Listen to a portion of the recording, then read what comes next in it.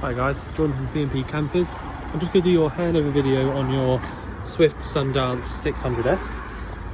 So, if we start at the front, under the bonnet, you've got your engine battery just over here on the left hand side, power steering fluid here right at the very front, brake fluid attaches to the servo just down the back down there, but here's obviously your reservoir for that. The engine oil gets topped up through this top vent just or top sort of screw just here, and your engine oil dipstick is this one just here at the front with the red top. You've got a couple of fuses and relays under here as well as underneath this box as well. Your engine's coolant is this one just up here at the top. The reason it looks a little bit high is because it's just been running up and it's nice and hot, so it will do that. You need to check it when it's cold. And then your washer fluid just down here as well.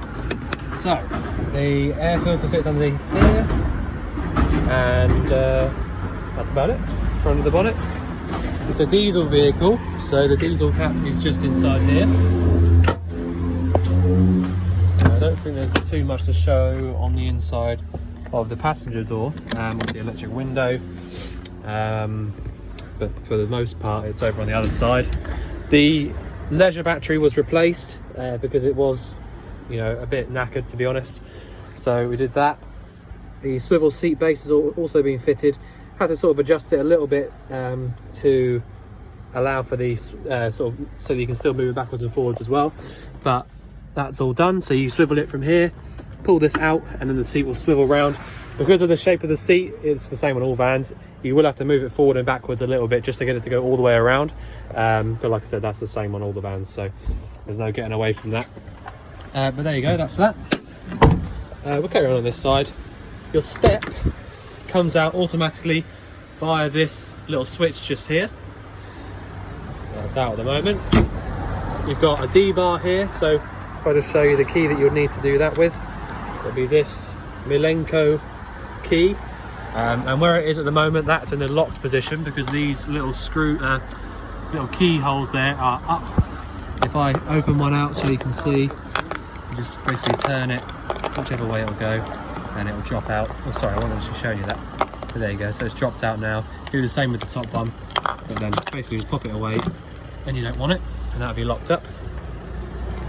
The boiler vent is this one just here, so if I'll show you how to do that in a minute, but if you want to light the boiler up on gas, then you can do that from there. Now, I don't know if you can see, but that vent up there, the little mushroom top vent above the light, is your vent for your heating, which I've also got on, so I'll show you how to use that. Your hookup point is this one just here, right next door to your external gas point. So if you wanted to fill up, you know, use an external point there so you can use it for like a barbecue point or something like that, you literally plug it in and then just turn this around and it will allow the gas to come through, obviously assuming that your gas is already on. You've got a really nicely fitted gas flow system in this one with an automatic changeover up the top. So basically this is a refillable system. You refill it from this point just down here. If you're at a petrol station which has LPG on the big sign, then you'll be able to fill that up. Turning them on is anti-clockwise round to the left with these, one on each side, and if you just leave this where it is, it will basically just switch over as and when it needs to, although it does look like it's pointed towards the left hand bottle at the moment, so you can switch it over when you need to. But yeah, it is as simple as that. Really nice and easy. This locker at the back is just basically for storage, to be honest, but you can use it as wet storage in there. Got your bike rack at the back. Reversing camera has all been fitted up, and I will show you how that works on the inside in a minute. It's pretty self-explanatory really, to be fair, but I will do. Toilet cassette. So that's where we are here, just at the back of the van on the off side. So you literally pull that out by lifting this little yellow lever up and then pull towards you. All of this would have been lubricated as part of the hab check, so that comes out nice and easily, which is your little toilet flap. The only thing to remember is that when you're emptying it out, you need to hold the yellow button down. It's like an air pressure release valve, so just bear that in mind. You've got a freshwater flush, so you don't have to worry about any separate flush fluid up and around the van anywhere. So yeah, nice and easy. Last bits are your fridge vents on here. So if you've got the fridge lit up on gas like I do at the moment, you can feel lots of heat coming out through the top of this vent. As you can see in there, you've basically got a little exhaust just there. And finally, the freshwater filling point is this one just here. So if I just show you, because I can lock it up now, it's loose at the moment. Get it in so that you see that it sort of like pushes in like that.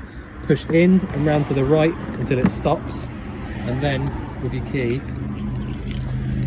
go in. And just hold the keys in your hand, but you basically just turn it whichever way it'll go, and then take the key out. And now I cannot take that out at all. So that's how you lock those up.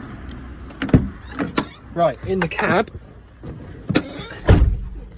I'll try and do this reasonably quickly because it's getting dark, so you won't be able to see anything I'm doing in a minute.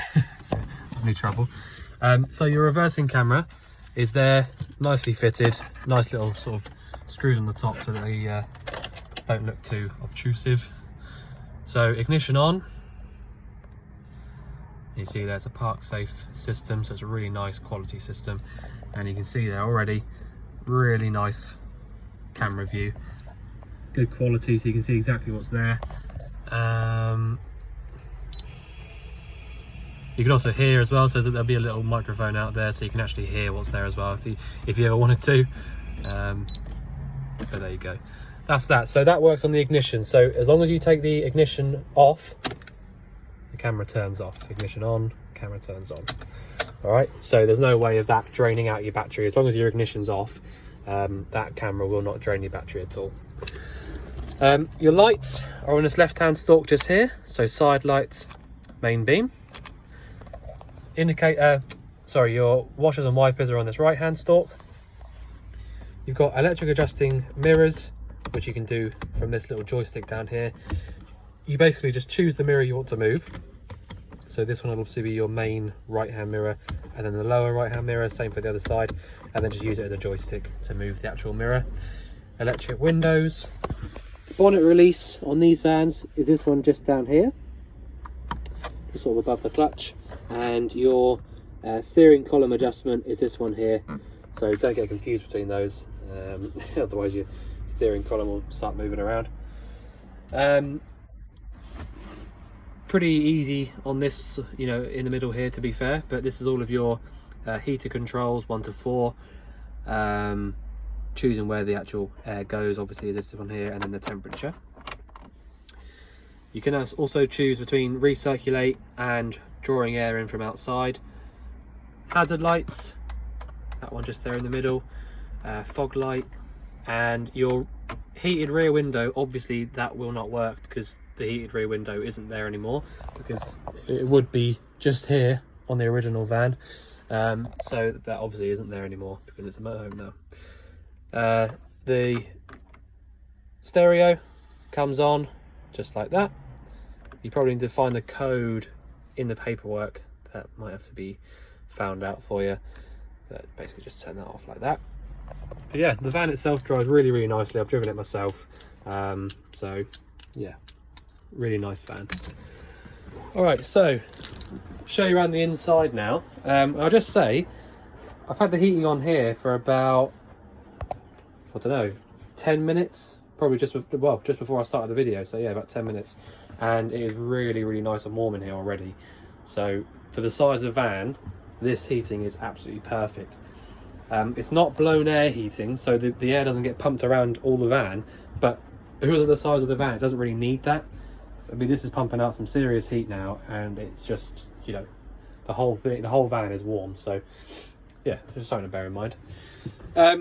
Right, so when you come into the van, the first thing you want to do is turn this button on and this one, and then put this switch just here to the down position where you can see a little caravan there.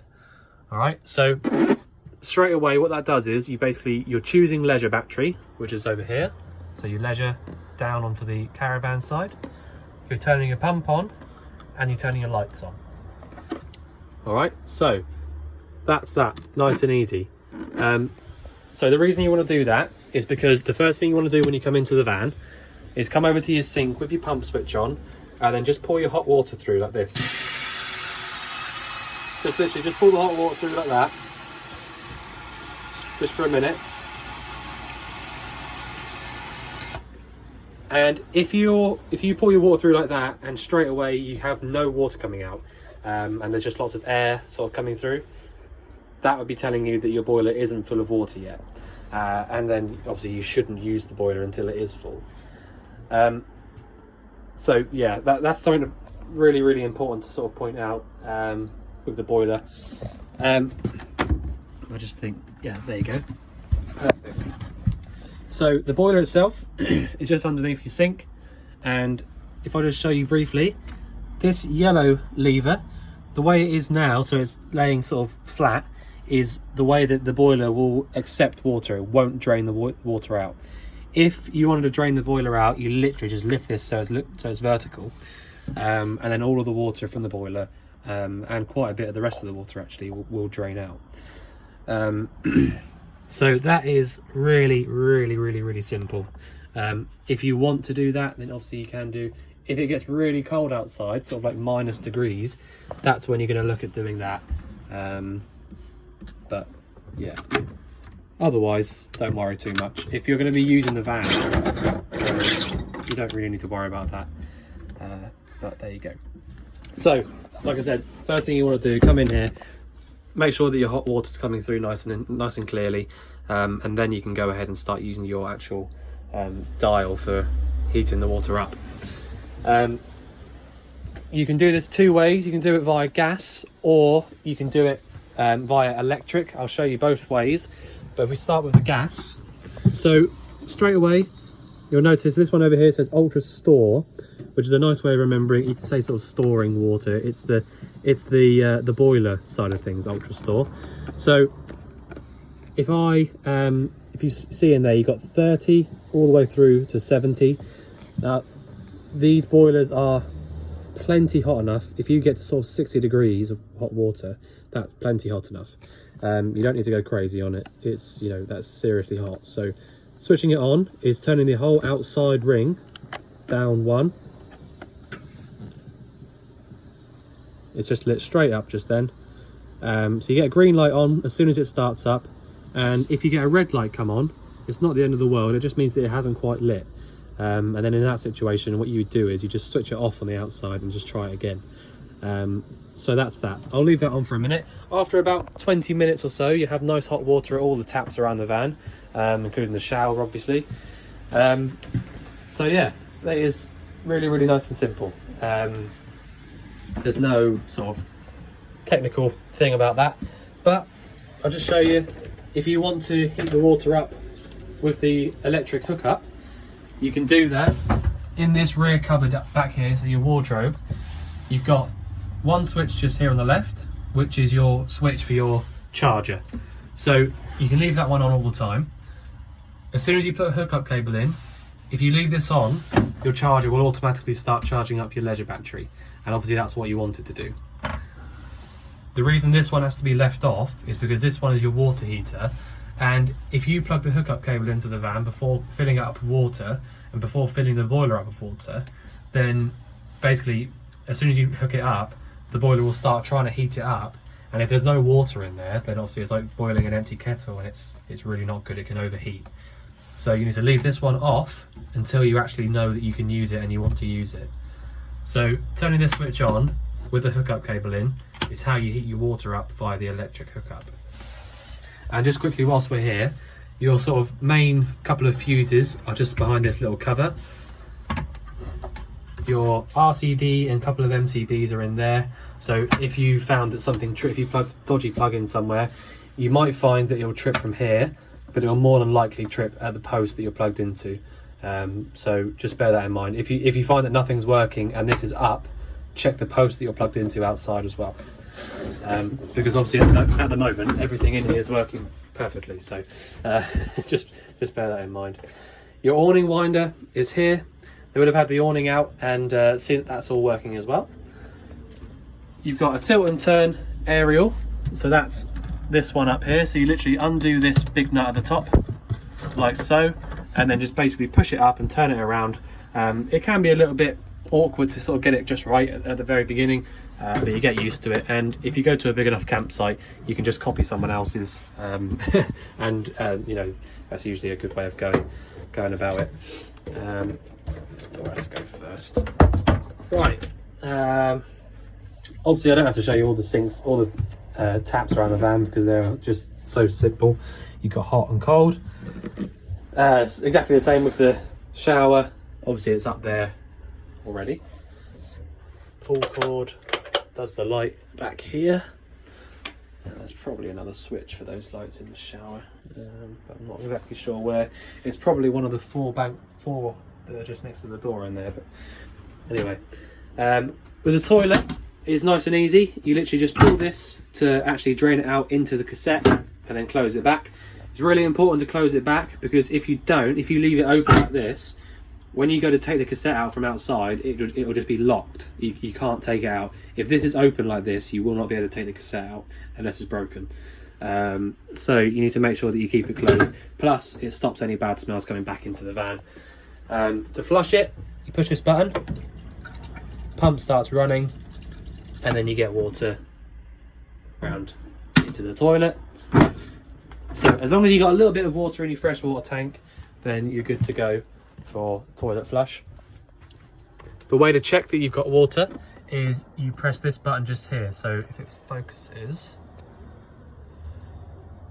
there you go. It says there you've got a little cup of water and a test. So if you press the button, you've got about 1/4 of a tank of fresh water. Right, so when you're done with that, you can turn your pump switch off. And yeah, so I've shown you how to do the hot water on gas. Oh, sorry, the camera's playing up now.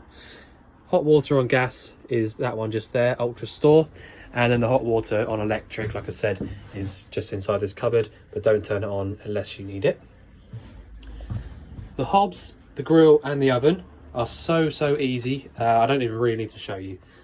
You've got a little diagram for each of them. So these first 4 here are the 4 hobs, the 4 burners on the top. They've all got something called a thermocouple on. In fact, every single gas appliance in this entire van has got a thermocouple. The thermocouple is this little black little metal piece at the back.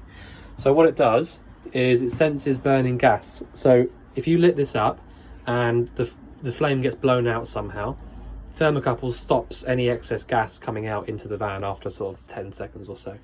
So basically what that means is you can't fill the van up with gas if the flame goes out. So they've all been checked as part of the habitation check.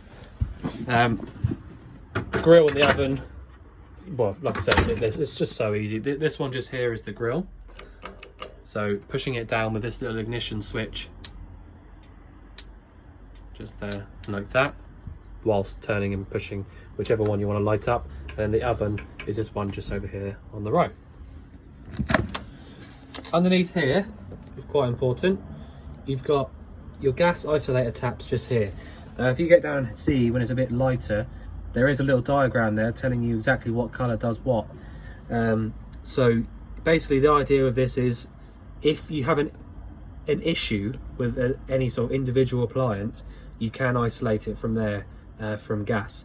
So if you're on holiday and you thought there's something wrong with the cooker or there's something wrong with the boiler, you can isolate it from there and still use your gas on the other appliances, which is handy. So just bear in mind that they're all down there. But also, I have seen in the past people that turn all of them off whenever they get out of the van, and it's just totally unnecessary. If you only use that if you've got an issue with one of the appliances. Just turning the gas bottles off before you start driving and when you leave the van is fine, you know, because if the gas bottle's off, there's no gas going anywhere. So yeah, that's that. So the fire next, so your heating is really easy, nice and simple. It's a Piezo Ignition, which is what this is. So if you just literally see this push down like that, that's how you light it up. But you see that I've already got it lit, and like I said, I've had it lit for, well, it's probably about 20 minutes now, and yeah, so nice and hot. the whole van, it's freezing outside, and this fan is nice and warm. So not only is this a really good heater, but the insulation in here is great. So yeah, it's just something to bear in mind. So at the moment I've got it on about 5 or 6. I'm not sure why the camera's doing this, but I've got it on about 5 or 6. Now the way to light these up is you literally just turn the number around here to about 1, 2 or 3. If you see there, 1, 2 or 3, and push it down. And whilst you're pushing it down, you just basically push this piezo igniter on it in a few times. Look at a kind of 45-degree angle through this little peephole, and then you'll see a nice bluey, sort of very, very slightly orange flame. Now the reason that sometimes you might think that an orange flame is no good, but actually on these fires an orange flame is okay, because you've got a great big thermocouple in there that sits right in the middle. And so if you've ever seen any other sort of fires, when you light them up, if they've got a bit of metal stuck in the middle, the metal is actually glowing red, and that's why it looks a little bit yellow. You can actually see, if you look quite closely at it, you can see, more so in person, but you can actually see the little red glowing thermocouple in there. So don't worry about it being a bit red, it's totally normal. But yeah, so then once you've got it lit up, whilst you're still pushing and holding it down, just hold it down for about 10 seconds or so, and then turn it around to kind of like 6 or 7, like I've got it here, and then lift it up. It will kind of like whoosh a little bit. So when you lift it up, it will light up on the main flame, because when you first light these up, you basically get like a pilot flame like you would on a boiler, and then when you lift it up on a higher number, the main flame kicks in, and then you get some proper heat coming out of it. So, but yeah, it's so simple. When you actually try it yourselves and give it a go, it is so easy. And then just to switch it off all the way around to the 0, like that, and then you see in there, no flame anymore, and it's off. The only thing I will point out with these fires, they're absolutely brilliant, like I just showed you there. I mean, after about 3 minutes I had boiling hot air coming out, but you do have to be quite careful with them because they get so hot. This isn't a radiator, if you know what I mean. You can't put clothes on it, you can't put your socks on there, because they will just burn because it gets that hot. So absolutely do not put anything on the front of this, just leave it completely alone. Don't cover it with anything over here. You know, it's really important not to do that. So as long as you leave it, you know, leave it like this, nothing around it when you light it up, then they're fantastic. But if you start putting things on it and things like that, you will find that things will burn because it gets that hot. But yeah, so that's the heating, nice and simple down there. Your fridge, I mean, by the way, I'm sorry that I'm going sort of up and down. I don't know why I've done it in this kind of order, but I hope it's all right. The fridge is, again, really nice and simple. Electrolux fridge. You've got this little bit just here on the left, which is your travel catch, so that won't open up when you're driving. And if you see down there, we've got another peephole, and you can see a nice blue flame down the bottom there because I've got it lit up on gas. The actual fridge itself as well, you've got this, which is like a freezer compartment. But anyway, main part. You see on the left hand side here, this is your selector. So this is your selector of how the fridge works and how it cools down. So at the moment I've got it all the way down at the bottom, which is this one, which is the gas. So if actually, I'll tell you what, I'll switch it off. I'll switch it off and I'll show you. Oh, a bit more with one hand in there like that. So we go all the way up to the, I mean, it doesn't matter, I've got no hookup. This one here is the hookup. So if you wanted to cool the fridge down via the actual hookup cable itself, you can just point it towards this one and it will just do its own thing. And also, if your engine was running, you would want to choose this one here, which is your battery, your 12 volt. And then what that does is the 12 volt one, when your engine's running, will only work when your engine's running, but also it only keeps the fridge cold. It holds temperature rather than making it cold from warm. So you need to make sure that you have it cold before you start using this when you're driving. Otherwise you'll find that it is just still warm when you get there. So anyway, I'll run you through that. But yeah, so hookup plugged in, choose this one just here. Engine running and the fridge already cold, use this one here. And to get the actual fridge cold on gas, you can use the bottom one. So if I just show you how to do it on the gas, I would open the fridge door up turn it all the way to the bottom for gas, like that. And then you do need 2 hands to, well, you could probably do it with 1 hand to be fair, but you just literally need to push this little button in here. Sorry, it's a bit dark. Push that in there, and you've got a little piezo igniter again. All right, so literally push it in and press the igniter at the same time. And when you do that, if you watch down here, there you go, first try. So the flame lit straight up, and now I'm still holding on to this. If I just slowly let up on the actual button, oh, so it went out that time. So it's probably, because I've had it on for about half an hour now, it's so hot that it's just, it thinks it's cold enough already. So basically, just give it a go a couple of times, hold it in a little bit longer if you need to, like I need to now, and just let that out. When you first light it up, you won't have that issue with it going out when you let it in, because it's trying to cool down. Whereas now it's not really, because it's already cold. So it's not a very good, not a very good example really, but anyway, I've just had it on for half an hour and it works lovely. But yeah, so nice and easy. When you're done with it, you don't do anything with this dial here. When you're done with the gas, you literally just turn it off from this one, and the gas turns off down there. So if I just sort of give you an example, if I light it up like that, when you're done with the flame, you don't turn this off or anything like that, because this is just sort of a min and max. You just turn it off from here. Right, so that's that. That's the gas and everything else on the fridge. But yeah, like I was saying, these fridges are the same. Doesn't matter what fridge you have, they're all the same. You need to get the fridge cold first, either via the gas or the hookup, and then literally just change over to the 12 volt for when you're driving. So if you fill the fridge up with warm stuff that's not already cold, and then switch it over to 12 volt, start your engine up and drive to where you're going, doesn't matter how long you're driving for, that fridge will still be warm inside when you get there. So you have to get it cold first, either via the gas or the electric hookup. But anyway, that's that. So when you want to drive off, you obviously just make sure all your bits and pieces are down. Nothing's sort of open or going to smash around, because it's really annoying when that happens. Everything's shut and away. It's not going to flap about. Actually, this has got a nice little bit just here for that. That's clever. Yeah, so make sure everything's off, fire's off, all of that sort of stuff. Go around to the outside, switch your gas bottles off. Yeah, and that's about it really.